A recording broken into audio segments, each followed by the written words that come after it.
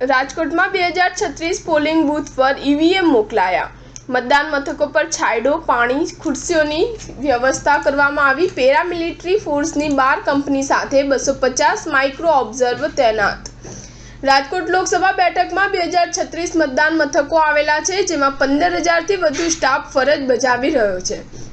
Rajkot collector Prabhav જોશીએ જણાવ્યું હતું કે ગરમીને કારણે આજે સવારે 6 વાગ્યાથી મતદાન મથકો પર ઈવીએમ મશીન મોકલવા માટે સ્ટાફને બોલાવી લેવામાં આવ્યા છે।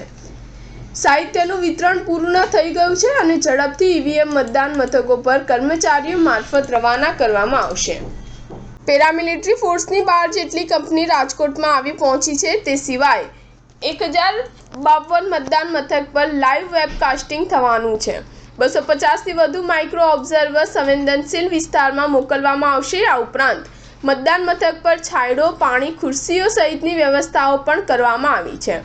આ ઉપરાંત હીટવેવને ધ્યાનમાં લેતા દૂરના અંતરના મતદાન મથકો સુધી કર્મચારીઓને પહોંચાડવા માટે 20 એર કન્ડિશન બસ રાખવામાં આવી છે। આ ઉપરાંત મતદાન મથકોમાં છાંયડાની વ્યવસ્થા કરવામાં આવી છે। પીવાના પાણી ઉપરાંત બેઠક માટે ખુરશીઓની વ્યવસ્થા પણ કરવામાં આવી છે। મતદાન મથકો ઉપર વધુ સ્ટાફ મૂકવામાં આવશે, જેથી મતદાન વખતે ભીડ ન થાય। દરેક વિધાનસભા વાઇઝ 7 સખી મતદાન મથકો રાખવામાં આવશે।